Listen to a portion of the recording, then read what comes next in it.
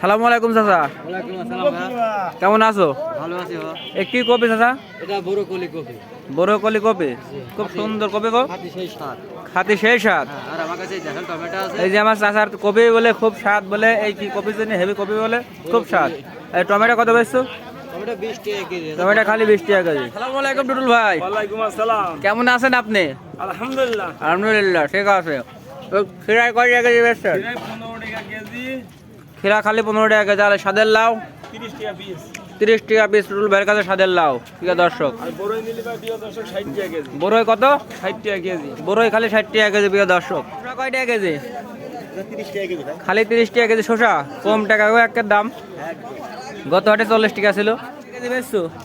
10 টাকা পিস। 10 টাকা পিস। হ্যাঁ। কম দাম নিবা না? আবার কম নিলি কাছে কেমনে? কম নিলি বেচা কেমন মানে দুটো 15 টাকা নিবা? না না না।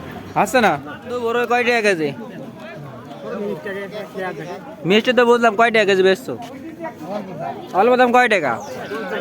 50 টাকা কেজি। খুব মানান বড়ই, খুব সুন্দর আনারস, খালি 20 টাকা পিস। প্রিয় দর্শক দেখেন, অনেক সুন্দর আনারস।